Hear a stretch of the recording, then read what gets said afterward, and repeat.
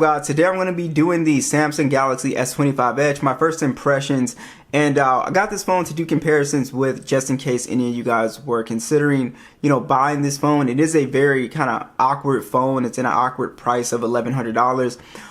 But there is a lot of appeal to this phone, and it kind of reminds me of the iPhone 16e, where I didn't think there was a lot of people going to buy it, but there were like a lot of people considering buying the phone, even if, you put the alternatives out there. But this is why I just like to, go over the phone and do my comparisons and let people choose what they actually want to buy.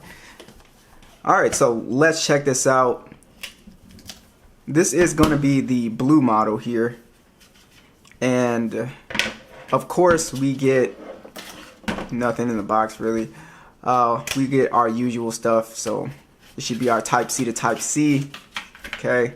And then we get our SIM ejection tool, some paperwork. Alright, so let's take a look at the S25 Edge. And we also do have a case here, but the case was free.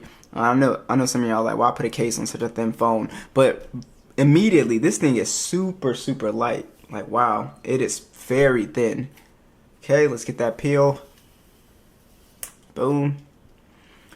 Yeah, this thing is crazy light. It almost feels kind of like, it doesn't feel like a dummy phone, but because it feels like very premium still in the hand with a titanium build. But man, is this thing really light. So, I mean, honestly, if you put the case on here, it'll probably still be a lot thinner.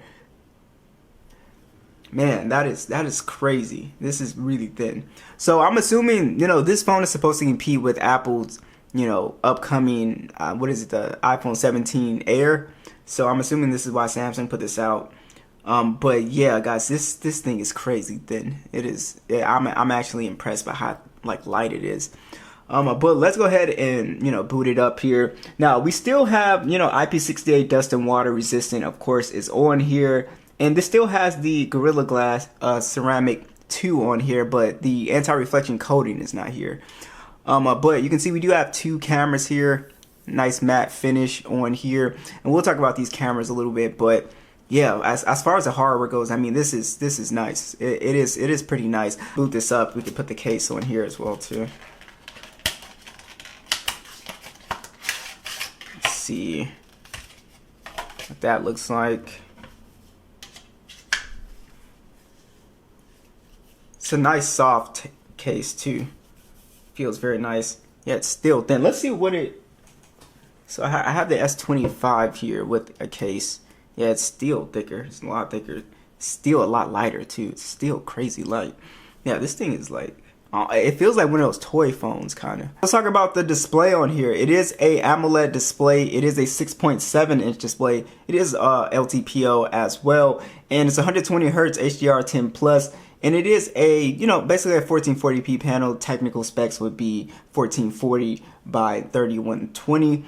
And it's 513 for the PPI. And like I said, we had that ceramic too, but it is missing the anti-reflection coating on here, of course. But it's a beautiful panel. The colors look really great on here, just out of the box. And also, just a tip for anybody who actually, buys this phone. If you do want the more vivid colors, you just come in here and turn the vividness slider up, and you can kind of get it to look like the older Samsung displays where the colors really pop.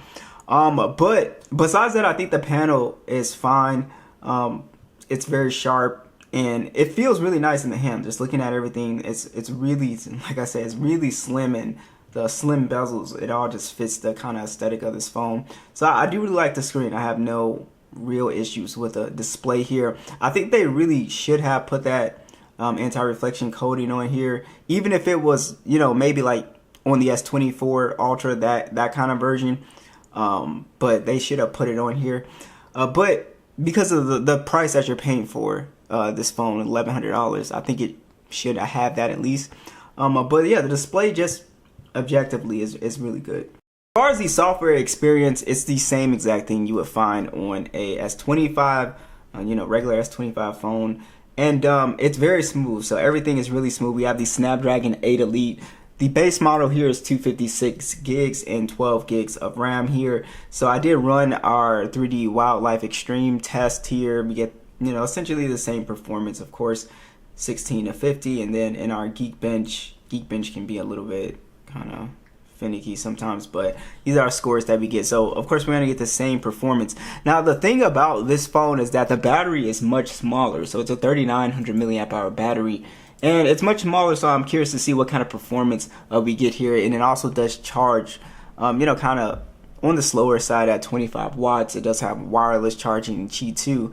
But yeah, as far as performance goes, let's go ahead and hop into PUBG here. We'll get the same performance, it looks like, when it comes to, just gaming on here. I don't expect, anything less here because, again, we have the same processor, and I'm not having, any heating problems. I don't feel any heat or anything like that. So, it is a very interesting phone because you can game on this thing and get really good performance, but it's like, is that going to take a massive hit to the battery life because you have such a small battery here? I think the cameras are probably the next most interesting thing about this phone. Now, you do have the same main camera that you will find on the S25 Ultra, but a lot of people are claiming that you're not getting the same quality, so I will do that comparison. And then you also do now have a downgraded ultra-wide camera, so it's a 12 megapixel ultra-wide camera now. It does shoot in 8K 30. You also have a 12 megapixel selfie that shoots in 4K 60. Just taking the shots, my initial impressions, it takes really good photos as you would expect. But I did notice a difference between not so much the main lens, but the ultra wide. You really notice it. But I would have to just spend a little bit more time with it. But I think the photos come out perfectly fine. You get those really vibrant colors that we know from Samsung. There's a lot of detail here. But like I said, because this lacks a telephoto lens, when you zoom in, you're not going to get the best quality really with this phone. I find that 2x is fine, but anything other than that, you'll start to notice a little bit of graininess, a little bit of softness. And also the colors are a little bit like, it does, Samsung does this thing where the colors are just so, like super vivid. But yeah, I think that the photos, they still look pretty good. So that is pretty much it for my first impressions. I don't hate the phone objectively. Would I buy this phone? No. But it's probably, this phone is not for me. It's for someone who is interested in how thin it is, right? Because that's the selling point, how thin and how light it is. And it is very thin, guys. It is very light. Like I said, it feels like a dummy phone. But my main concern with this phone is honestly the battery life, right? The performance is great. The cameras are okay, but the cameras feel more on par with the S25 Plus.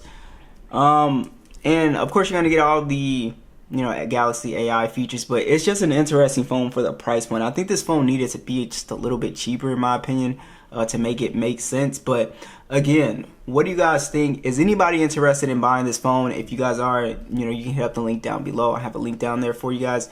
But yeah, guys, what do you guys think?